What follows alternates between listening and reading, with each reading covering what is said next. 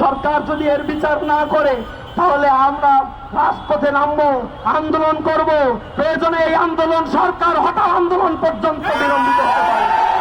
যারা কর্তা ব্যক্তি রয়েছে, প্রধানমন্ত্রী, তার কাছে অনুরোধ জানাই, অনুনয় বিনয় করে আমরা বলতে চাই যে মায়ের বুক খালি হয়েছে, যে সন্তান তার পিতৃহারা হয়েছে, যে বাবা তার সন্তানকে হারিয়েছে, যে সন্তান তার বাবাকে হারিয়েছে, প্রতিটা খুনের বিচার বাংলাদেশে করতে হবে।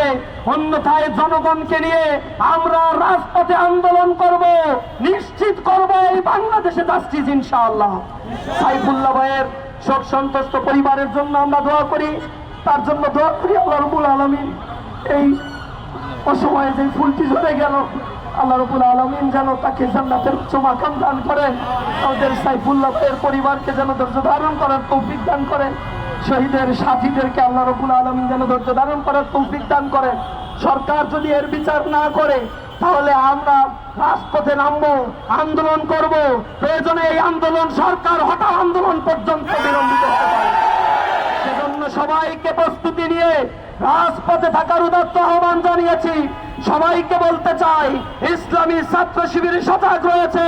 আধিপত্যবাদের করাল গ্রাস থেকে জনগণের অধিকারকে রক্ষার জন্য ইসলামী ছাত্র শিবির বাংলার প্রতি ইঞ্চি মাটিকে পাহারা দেবে ইনশাআল্লাহ।